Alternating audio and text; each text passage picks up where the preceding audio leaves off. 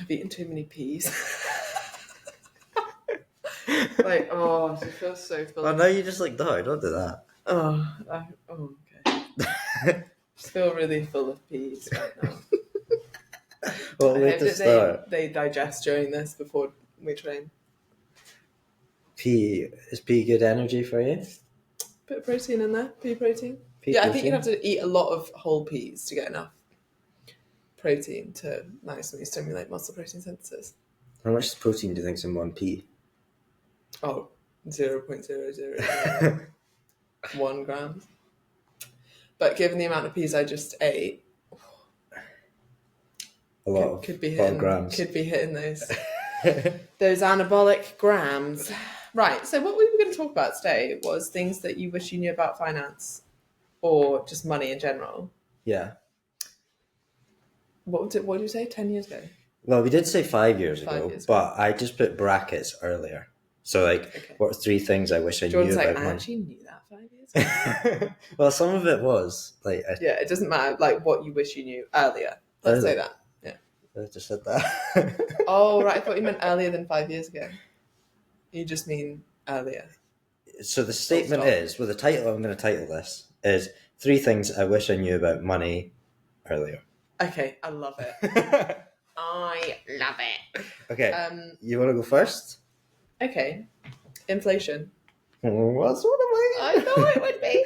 I wish, and I don't think I fully understand inflation even now. So maybe you can do a little deep dive, like a high level. When I say deep dive and then high level, I mean just give a brief overview of what people need to know. But don't chat for too long. I think even just like the concept of it, yeah, leave it, because I always just thought, well, if I leave money in a bank, then it's still the same money that would be there in 10 years. If anything, I almost had in my head that it would not so much compound, but obviously because you'd always be adding little bits to it. Yeah. If you're an avid saver like me, that I just thought, at the end of it, like I'd have like quite a lot, but I didn't understand compounding interest or inflation. Because that's the way that we've grown up. Is like you had a piggy bank. Did you have like a piggy bank? And that was the way that I was taught to save money, and like for the long term was put money in the piggy bank. And you put the money in. Say you had £5, you put £5 in, and when you take it out, let's say in 5 years' time, it's still that same £5, but £5 doesn't have the same value as it did 5 years before that. So the Freddos that I wanted to buy 5 years prior, say I wanted to buy 20 of them, I can only buy like 17 now. Yeah, which is sad. It's very sad, isn't it? I guess when you're a kid, not to like go too far into this analogy, but when you're a kid, because like you're never going to leave it for 5 years, right? You're going to leave it for like 2 weeks, and you're like, oh my god, oh. Smash. Yeah. Then actually, there's not that much of an impact on inflation, and it's a good way to just like put aside money. But yeah, I think that's a good example of like, okay, the cost of things, like on a very simple level, like the cost of things are going up. Yeah. So if you take your £10 that you put in and you try and buy the same amount of Freddos, it's not going to be the same. Yeah. And inflation is just the calculation of how fast things are going up in price. Like that's literally all it is. So say inflation at the moment, I think we're at just over 2%. So the target. But aren't there some people that like, but real inflation that they don't want to tell you is like 20% or something? Yeah. I would say that. Yeah. Which aren't there some people Bitcoin? No. But you've got like the way that they calculate inflation is they get a basket of goods. So they'll add in things like, I don't know, like some food products. Like there's like suits and stuff in there. They put like random so basically, stuff. if you buy like a loaf of bread, because they're always like, do you remember they used to ask like politicians? There's like that famous quote: "Some Tory politician like doesn't know how much a pint of milk is." Yeah, probably was Boris Johnson. It was probably someone like £10. I don't know. And they're like, "What the fuck?" And it was just like wildly wrong. Such a good video. Yeah. But I guess Anyway. that's kind of how they're figuring it out, right? Like what they think is the normal shopping would be like Heinz baked beans. Yeah, well, yeah, it's done on data of like what's popular at the time and Okay, fair. what's being bought and what's not being bought. What would happen then if? Because I would say the other thing that's happened over the last like 5 years, especially, is people, at least some classes of people. Because then what are you looking at? Because actually, some like I don't know if you're like lower class, your food shopping might look very different than someone who's upper class. So where are you basing that? And secondly, like so many people are now buying like organic or grass-fed beef or blah blah, which is way more expensive. But is that calculated within it? Like if people are buying different things than they were 10 years ago or 5 years ago. Yeah, so some things get subbed in, some things get subbed out. But where's the comparison on, if they're getting subbed in and out? What do you mean? It's Like like the data of like what people are consuming. Yeah, but like what are you, can you say that inflation's more if you're just buying more expensive things? Or is that the point? But like it's if done you on went like from buying like Hovis sliced bread to like sourdough loaf, yeah, which is like it's not done on like specific brands down to like that. No, but I just mean like if you were buying bread, but now Yeah. you're buying bread that is 10 times more expensive. Yeah. How do they account for that? Because that's not really inflation, it's just difference in food choice. Yeah, so it's like a general, like I know one of them is like used cars is in there. Oh yeah, but So didn't it's they like like hike up category. recently? There was like a real need for used cars recently. Yeah. Anyway, yeah, inflation is just the calculation between that period of and time. then I guess sorry to ruin it, but like with cars, like that's another thing that'd be like a significant shift, right? If like people start now buying electric cars, and they're more expensive to buy, then you can't compare to what they were paying for before. You can't compare that, but you can do it year on year. So inflation's usually done year to year. So the 2% that we're at, the 2 point something at the moment, is only the price difference from last year at this time last year. So if you had £100 last year, it's now only worth. People forget that this also compounds as well. Like, so that 2% is only from that year, but then the prior year we were at like 4%. So it's just that year that's getting. But if you span it over 5 years, like that's big numbers. Yes. So that was a big thing for me, understanding what, because I definitely thought it was just kind of safe there, and then we'd just come back to it, and then it would be the same. And I guess that's the point. Is like some people take that quite literally as like, what if I put £100 in? I'm not going to have £100. Yes, I will. I'm like, no, you will. But what you can buy with that £100 looks very different. Yeah. It's like what's called is the purchasing power of that pound decreases.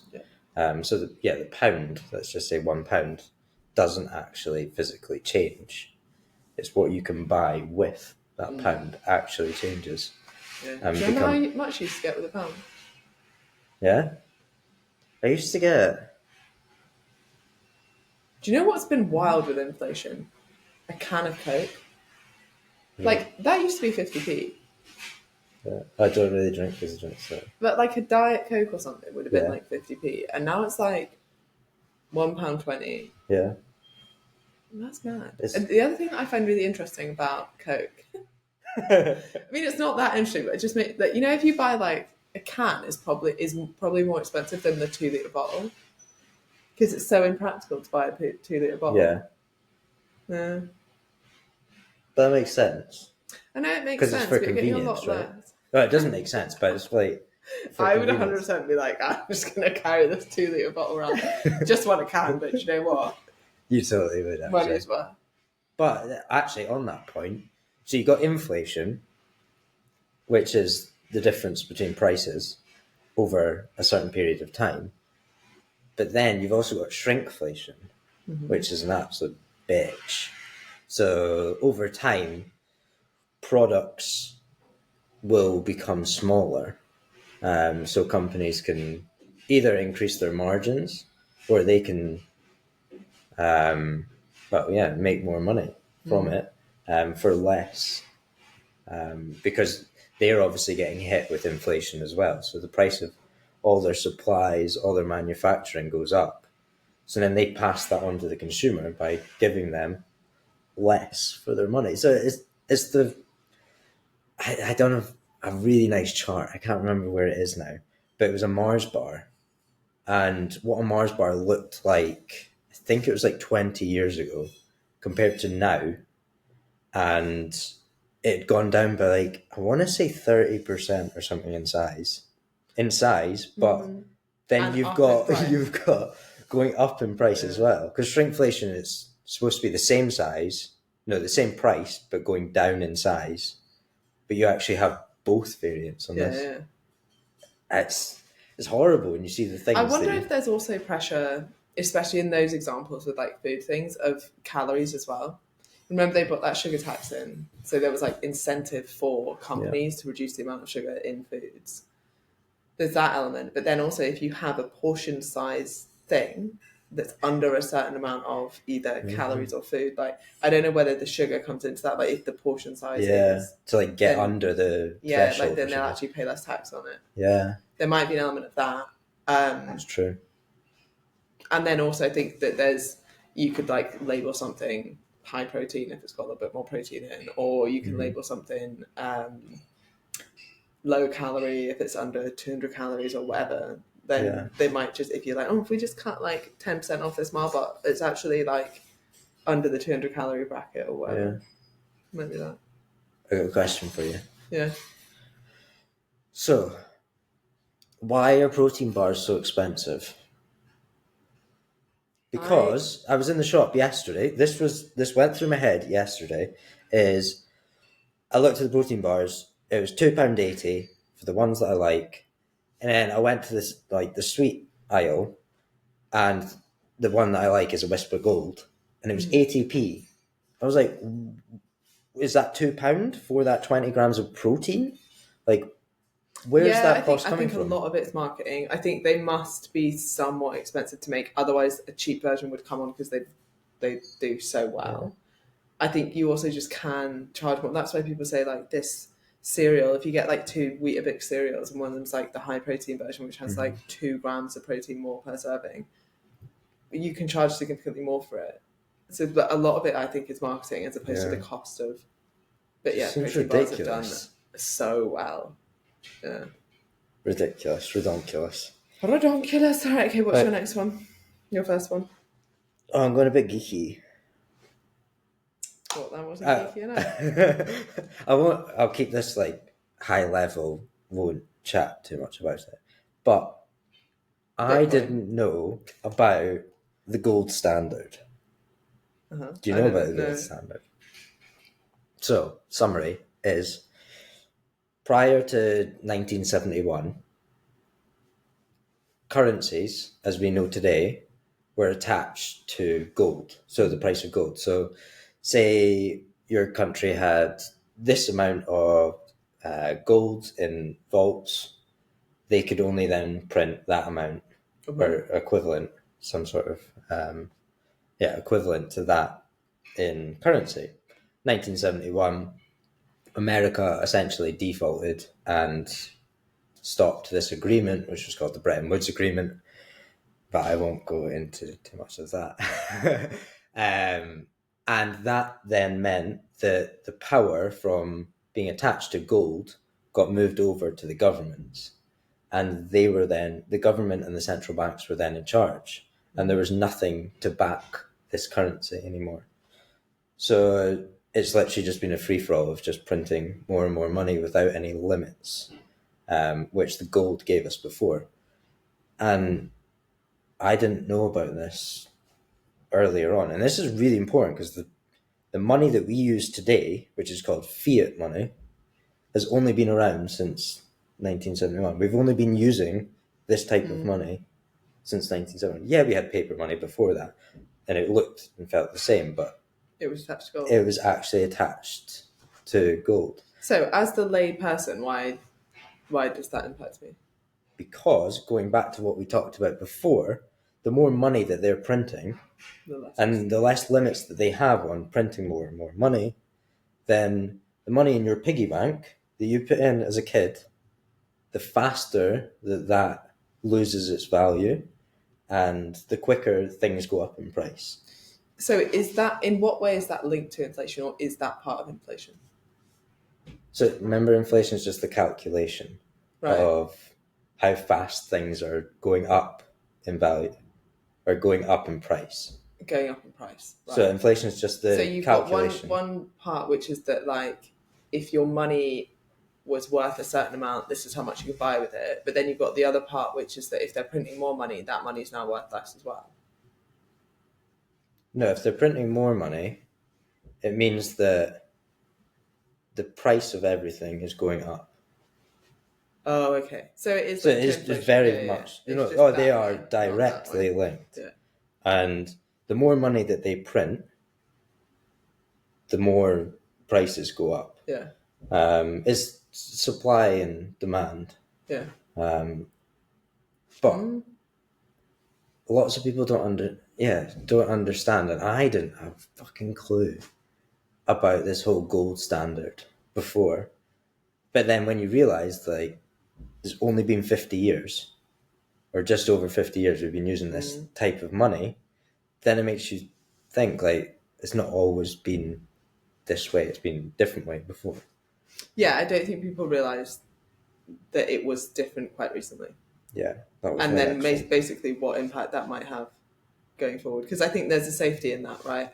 The safety is like, well, we've always used money and it's always been safe. And it's always so that none of that bad stuff is going to happen. But it's like, well, actually, we've only been doing it like this for 50 years. Yeah. And so as an example of like Bitcoin, is that... You brought up, not me. I know, but like that's how they're basically doing the gold standard, right? Kind of. Because there's only a set amount of... Yeah. But a gold standard, but better. Because with gold, we don't know how much there actually is on the Earth. There's actually a mission between SpaceX and NASA at the moment that is going to investigate an asteroid, which they think has, I think it's something like $8 quadrillion worth of precious metals and minerals on it. A lot of it gold. And they're looking how to mine it. Which is really good. And I know there's a few companies now that are starting that are actually asteroid mining companies. So yeah, one of my entrepreneurial spark, my sister's company, I know there's a company in there that are doing something to do with that. But anyway, we don't know how much gold is out there. We know exactly how much Bitcoin there is, and that's why it makes it valuable, because it can. But it's the same, like, the price of a Bitcoin is related to, like, a Bitcoin thing. As opposed to just, like, you can't just print more Bitcoin. No, you cannot. And that's what makes it so unique. Like, there's no way of just printing more and more Bitcoin, and then that then gets passed on to everyone else, and they lose the value of however their money. Okay, do you want my next one? Go. Okay, this is kind of back to like what we initially were speaking about. It was like what I wish I knew. So this is more like a kind of personal one. Yeah. Because I did a really stupid thing. It's actually a little bit embarrassing to admit. We like them. But I'd heard about an ISA. I didn't really understand what it was. Yeah. Someone was like, oh, it's like, it's tax-free savings, right? Which people just kind of say as if you're meant to understand what that is. Bearing in mind, like, most people don't understand tax or pay their own tax, or like, even if they do pay it, they see it coming off their account, whatever. Yeah. So a lot of people, and actually I would say the vast majority of people, if you were actually like, what tax are you saving on your ISA, they wouldn't understand that it's capital gains. They'd be like, because actually you pay tax on that money. Like, so I don't think they get the benefit of that. So there's that element. But I put money into an ISA every year. Now, I didn't have a lot of money, so it's not like I'd be like, you know, in a completely different position if I hadn't done this, but I didn't invest it. I just put it into a tax-free bracket. But actually, I've spoken to people recently and they're like, oh yeah, I've got an ISA. And I'm like, what did you invest it in? And they're like, no, it's just with my bank. And it's basically a savings account with no interest on it. No interest? Oh, so it's just like having a piggy bank. Well, no, so to to give slight credit, when you open it, like mine was with Santander, I'm sure I got like 5% for a year, and then it goes to nothing, or like 0.01%, right? So the whole emphasis is then you'd have to keep changing where you put your ISA, because I didn't understand that you could invest it in like stocks and shares, or a fund, or an index, or what did I buy? MicroStrategy. Yeah. That kind of stuff. So like I didn't understand that What's your best performing stock? MicroStrategy. Thank you. Actually, no, it is. I was going to say no, it's not. Actually, it is by a massive. It was like 300%. It went up. Yeah. I wish I'd put more in now. Anyway, that was a big lesson for me. Just quite a simple one that like I think a lot of people are like, oh no, yeah, I do that. I've got an ISA, and then I'm like, but you haven't, like, you're not actually. It's not growing. There's no point in it being tax free. Yeah. Well, that's quite a good one then. Yeah. I bet there is a lot of people. Yeah. And then within that, and a lot of people don't know about this, I think quite a lot of people knew about the Help to Buy ISA. But there's like I've got one of them. I got £1 in it. Yeah, because if you had to open it before a certain date, and then... So there's that one, but then there's actually... And that, whatever it calls, scheme, they've ended that now, right? Yeah. But if you open a LISA, which is a lifetime ISA, it's essentially the same scheme, i.e. you can put up, was it £3,000 a year and the government give you one, or is it 4,000? Yeah, something like that. But anyway, I think it's 3,000 and the government give you one. So say you've got your £20,000 a year that you can put in an ISA. If you put 3,000 of that in a ISA, the government will give you 1,000, right? So that's already good returns as it is. And then you invest that. That's what I invested in MicroStrategy. And not so annoyingly, if I did want to take that out, like the cash that I've made, I can't, because the other thing with a lifetime ISA is you can't take it out until 50. I was going to say, like, where's the catch on that? Yeah, so that's basically the catch, is they want people kind of saving for retirement, I guess. Okay. But it's still quite good. And they're topping it up as well. And see the money that they give you, say that 1,000 that they give you, can you invest that as well? You invest it doesn't just it's just there. Like in a fund. Or like in essentially like a section of your bank account, and then, but yeah, you can't take it out until you're 50. Yeah. But that's actually, in some ways, quite a good thing for people, I think. Yeah.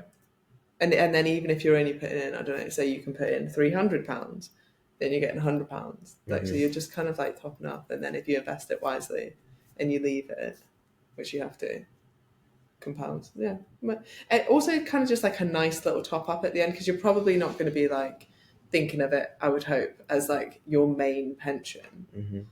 But then when you turn 50, you're like, it's just like a Brucey bonus before you retire. Go off on your cruise. Sorted. I like that. That's a good one. Yeah. Hopefully. Practical. Yeah. Yeah. My next one is just like, it's not really like, I'll just say it, and then we can talk about it. I don't know what the word is. What I put here is not, it's okay to not follow the crowd. So like money decisions are very personal, and they've got different risk tolerances, and some people want to do this thing, some people want to do that thing. Like, I'm very much like Bitcoin and like Bitcoin related things like MicroStrategy and things like that, whereas I don't see that as risky, but then other people will. So yeah, like being aware of people's risk tolerance and how they want to invest is something, that I've learned. There's no proper right way of doing it. Yeah, but I think there are a lot of misconceptions. Like, I don't know, for example, like investing in a house is a really good idea, where I don't actually think it really is. And that's so drilled into us because of our parents' experiences of the house prices just booming up, and it was really easy to buy a home, so you did. And then now they're like laughing, and it's like that's the best investment they ever made by far. So that's kind of passed on to you of like, well, what you need to do when you graduate uni is to like make enough money within a couple of years to buy a house, and when that was a really good investment. Yeah. Right. I'm going to tie two of these together then. When we're talking about like adaptability and like that's not always the way it was. Like I think that's very important for this point as well, because everything like evolves and changes. So you're right. Like for our parents, it was very different. Like financial landscape, let's just say, back then compared to now. So you have to be able to adapt to how it's all changing. And that does mean like continuously learning and keeping up to date with what's happening, which I don't think a lot of people like doing. I don't know. It's just because like it wasn't drilled into us at school, really. Like I didn't get much practical financial none education. Yeah, and that is really stupid. Like instead of understanding taxes or even expenses and what you've got left over and stuff, it's like you learn fucking Sokotoa. Sokotoa. Never used it. So. But and on that point, like I think even on, I used to say this until a couple of years ago. Like I think most people are like, yeah, renting's throwing away money. Like if you could, you'd buy. Why would anyone rent if they could buy? And now I'm like, that's not, when you actually do the maths on it.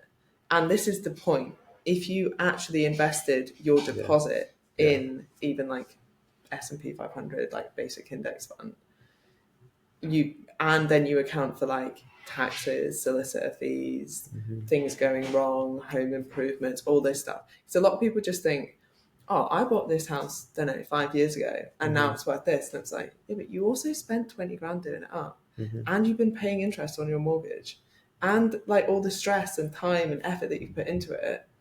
And if you put that lump sum of money in a savings account, or sorry, not in a savings account, in an investment like the S&P 500, let that go up, and then with that money, and then you paid your own rent, but you never had to pay like for anything to be fixed, etc., etc. Like in many cases, now obviously every case is slightly different depending on how much your house has gone up and blah blah blah. But in many cases, you'd be better off, and you'd have less like ties to a certain place, which keeps people in places they don't want to be. And I guess that's a cost that isn't financial, so people don't think about it as much. But it's like, but you might have moved a year ago. Yeah. But you're stuck here now because, or you feel like you're stuck here because you can't sell yet. You're not at the end of your mortgage. Blah blah blah. The house prices have changed, and it's all this faff, and also the stickiness of that. Like selling a house is such a faff. Yeah, and like, is the market good right now? Like when you want to move, it's probably shit. When you don't want to move, and also it's like it's hard to make those decisions. I'm just thinking like if I had to sell my flat before I moved here, I mean definitely wouldn't be here now. Yeah, because there's too much like friction to it, and I'm like, well, it's not awful, so you give up, like, you know, so you just stay with like something that's like good when something could be great. So yeah, I think, but you can't see that cost. Yeah, and that's the scary thing. It's like the biggest opportunity cost that you're missing out on. You can't see. That terrifies me. Yeah, like I think a lot of like celebrities and like famous people will know rent. They're mansions. They'll rent them. Yeah. And it does. So like the S&P 500 for the last 10 years or the last decade, I think annualized has gone up 12 point something %. Which is a decent investment just into, and it's a simple investment. You don't have to track about the mortgage rates. Yeah.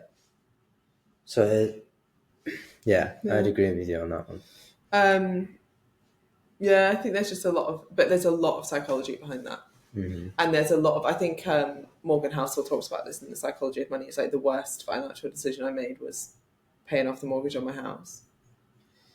But like psychologically, it made me feel good. Yeah. You know, like, and then also if you're in a position where you're like, but I could do that, and it wouldn't change my life, and it made me feel better, and I could invest in the stuff as well. Like that's slightly different. You don't need to optimize for everything, but yeah, sometimes you're making, and this is what I kind of triggered from what you were saying. Like sometimes you're making decisions that aren't always like the best investment isn't necessarily always the best financial investment. Yeah, sure. There is also other considerations like the flexibility that you want, or where you want to live, or the enjoyment, or like, and it can even be stuff that's like vaguely related, like the career opportunities of not having a house and thus feeling stuck somewhere and being able to move more freely. Yeah, like you can't put a direct financial price on it, but it probably does add up. Yeah. And on that note, I'd recommend anyone to read. I really like The Psychology of Money. Oh, so good. Yeah, really one good. of the best books I've ever read. Yeah. Even from like a coaching, I took a lot of like the principles of it into like a coaching realm.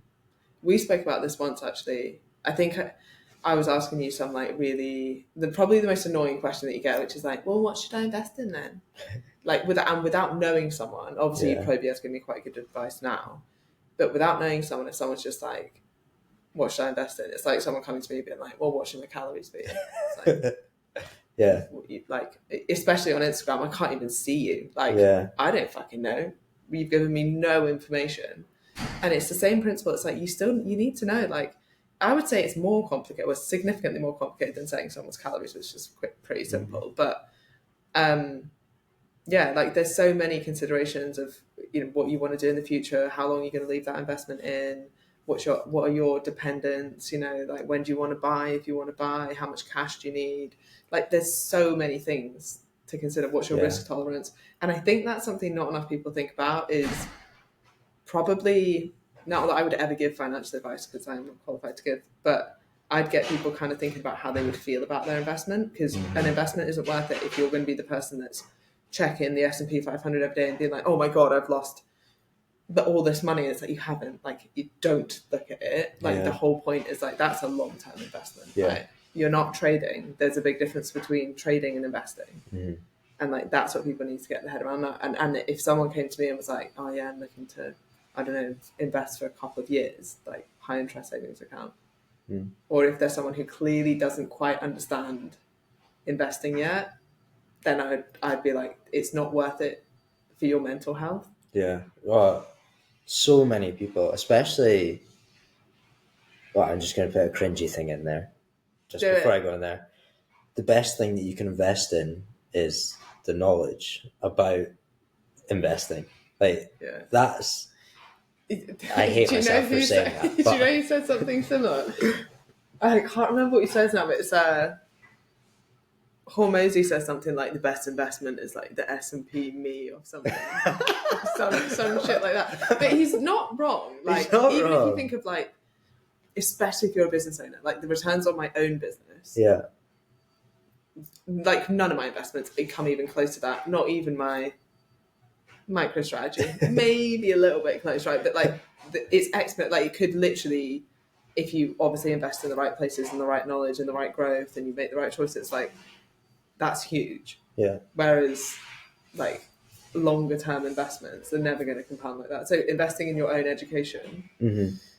And also, the sooner you do that, much like an investment, like the compounding impact, like the sooner that you have, and this is such a good example of it, the sooner that you have investing knowledge, the more it compounds, and the more money you make, right? Because then you know what to do. That's why I was like, I wish I knew that about my ISAs, right? And I wish I knew about high interest savings accounts, because the amount of like cash I just had in business accounts that was doing nothing. Yeah, that's stressing. It's just like, So that kind of knowledge, I'm like, that's costing you a fortune not to have. No, so much. Yeah. And it's just basic stuff as well. Like, it doesn't have to be like dedicating like so much time to learning the ins and outs of how all this works. It's just the basics of, well, obviously my niche is Bitcoin, understanding what that is. And like, I'd never say to anyone to buy Bitcoin unless they had a decent fundamental knowledge of it, which is why we made Genesis our platform. But the same for just investing in general. It's just, you just need to know the basics. And there's a few things out there that can teach you that as well. Like, if you look, I mean, you can go on YouTube and you can start learning. Yeah, I don't know enough about investing in that world, but like if I said to someone, You just go on YouTube to figure out how to do your diet. Like It's that such could come out with Yeah, some true. really That is a wild bit stuff. of a Because it's knowing who to follow as well, Yeah, right? And what that's advice very to true. take. I think another piece of advice that people often get wrong is they'll ask things like, well, how much Bitcoin do you have? Right? Yeah, that's like it's like that's asking how much you got in the bank. Or how well, much in your savings account. not just that, but like, well, because I get the question, it'd be like, well, how much do you put in the S&P 500, or like, how much do you put in your pension or whatever? And it's so relative to what that person's like whole setup is. Yeah. Because if I was like, I've got this much Bitcoin, so I'm like, all right, I'll put that in. It's like, no, because that's a very small percentage of like my overall risk tolerance and like my overall portfolio. Like for someone to put in like all of like we have a mutual. Well, he's my friend, right? I'm sure he won't care about us talking about this, but he put like all of his money into basically what turned into be like a complete scam. Yeah. Fortunately and surprisingly, got his money back. Yeah. But he was like, oh, but my mate put in even more, and I'm like, he is a multi-millionaire. Losing £80,000 for him was like probably really fucking painful, but like it did not change his life. Yeah. You putting in your money, that changed your life. Like you losing that was like that's what you had. Yeah. Like, and that's where you need to think about. It's not like the absolute monetary value, but it's like a percentage of what else they've got. Yeah. And if if you've got £10 and you lose £2, you'd probably be like, oh, that's a bit shit. But if you've got £10 and if you've got £2 and you lose £2, like you're fucked. You ain't got any money. No Fridays for you. Yeah, it comes back to doing your own, like do your own research in it, and don't just follow what everyone else does.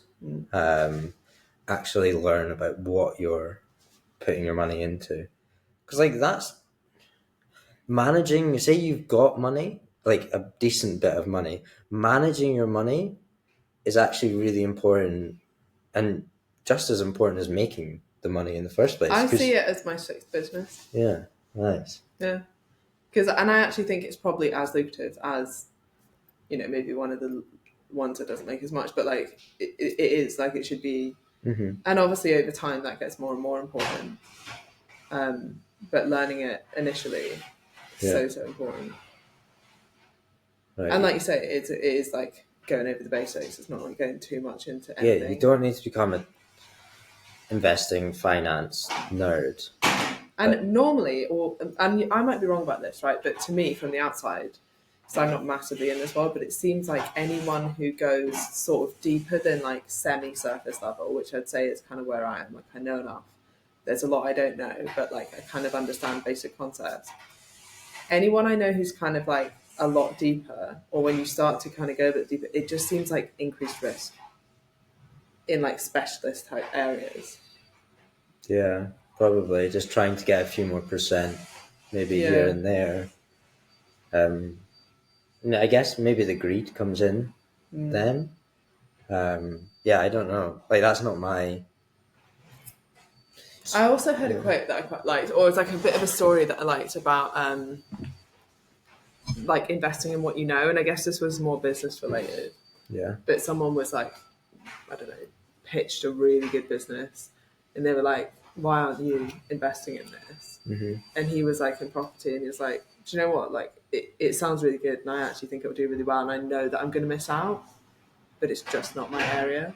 Yeah. And I think you have to take one of two choices. You either do the research and make it your area, or you decide to stay with like what you know. Because I think you're right. Like you need to understand the investment that you're making. Yeah. Yeah. Have you got one more? Is that us? No, I've got one quote. Go on then.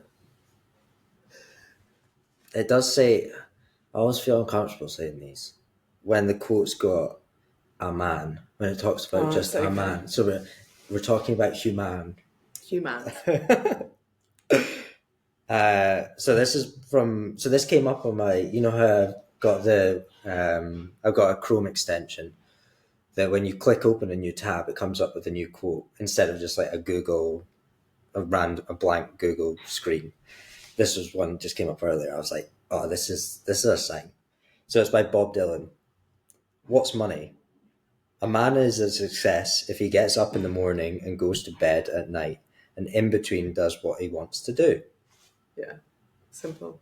Yeah, I like that. It's and I think you know that book Die with Zero. Yeah, I've not read it, but So good. Those are the two things I'd read: Psychology of Money and Die with Zero. And there needs to be a bit of a balance. And I think some people need to go more on the side of like, you should be fucking saving something, and other people need to go more on the side of like me, like I'm like an avid saver. Like I have like this weird like money scarcity that I always want to be like saving more than I spend, and like I worry about stuff, and I never really think about taking the money out, which makes literally no sense to investing whatsoever. But so I need to hear more like Die with Zero, which the whole concept is essentially you should be spending more when you're younger, when you can enjoy it, when you've got the time, when you've got the health, when you can like go and travel Australia or whatever. And then when you're older, you might have more responsibilities. Maybe you've got a higher paying job. Like your time is kind of like worth more. So it's easier to then like repay the debt to your younger self who went off traveling or whatever. And I guess like broadly the idea is that like you should spend more and probably not save quite as much. Yeah. Especially when your hourly rate is so low when you're younger.